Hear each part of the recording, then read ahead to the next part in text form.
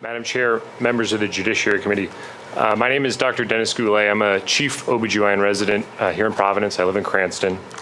I'm here to support both bills, but specifically I'd like to focus on Bill 660.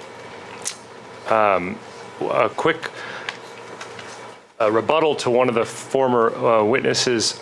I think I just want to make it implicitly clear that no physician would perform a termination of pregnancy just prior to birth. No licensed physician would perform a procedure like that. I've had the privilege of sitting with women and discussing the complex and multifaceted decision of whether or not to terminate a pregnancy. These are impossibly complex decisions that should be made between patients and doctors.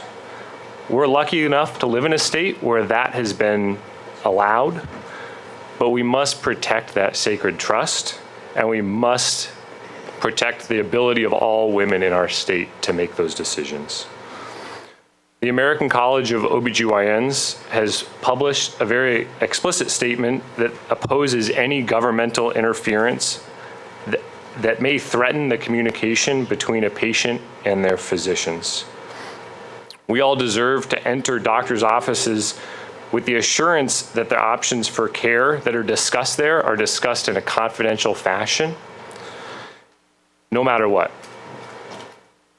Unfortunately, we live in a world where women are at times threatened and face danger based on the reproductive choices they make, unbeknownst to their friends, their families, and neighbors. And oftentimes, this is truly something that happens in silence. You've heard statistics, but I've seen the faces of these women that sit across from me in exam rooms that make decisions out of fear. We live in a state, as I mentioned, where these rights have not been limited, but we must be careful to ensure that all Rhode Island women maintain the right to make these difficult decisions, and that it is truly a decision that is made between patients and providers. I'm going to be brief, but I'd be happy to answer questions. Thank you.